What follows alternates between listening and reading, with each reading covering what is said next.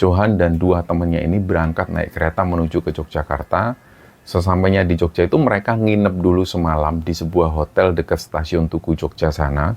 Nah, selanjutnya mereka pun memulai petualangan ke Gunung Merapi melewati pos-pos seperti yang sudah mereka pelajari sebelumnya.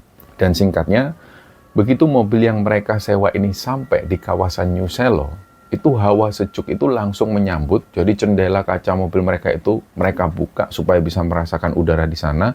Dan udara di sana benar-benar beda dengan Jakarta yang panas dan sumpek. Nah, akhirnya langkah awal mereka ini pun dimulai. Dan nggak ada yang aneh selama perjalanan pertama itu. Mereka jalan santai, mereka ngobrol, dan sesekali mereka berhenti untuk minum. Johan, Enggar, dan Ponco ini milih duduk di salah satu batu besar. Mereka buka bekal snack mereka, dan ya seperti biasalah.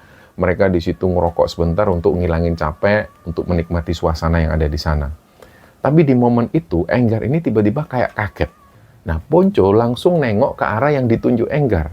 Tapi ternyata nggak ada apa-apa, di sana kosong, cuma pepohonan yang agak rapat. Dan baru beberapa langkah dari pos 1 itu, Enggar kelihatan gelisah.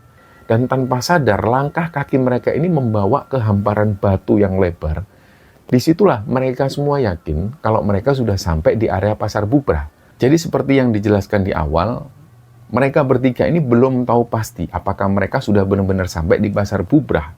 Seharusnya di area Pasar Bubrah ini harusnya ramai tenda pendaki, apalagi sebelumnya tadi mereka ini sempat ketemu pendaki yang jalan lebih dulu. Seharusnya pendaki tadi ini sudah sampai di Pasar Bubrah. Tapi waktu itu kosong, benar-benar sunyi dan cuma mereka bertiga yang ada di situ. Dan tanpa mereka sadari, sebenarnya waktu itu mereka ini bukan mendirikan tenda di jalur pendakian resmi, melainkan di area lain. Dan lokasi yang mereka dirikan tenda itu bukanlah Pasar Bubrah yang biasa pendaki-pendaki kunjungi. Johan nggak tahu persis jam berapa, mungkin waktu itu lewat tengah malam, dia kebangun karena ada sesuatu yang aneh. Jadi Johan ini dengar tenda mereka itu kayak ada yang menggoyang dari luar.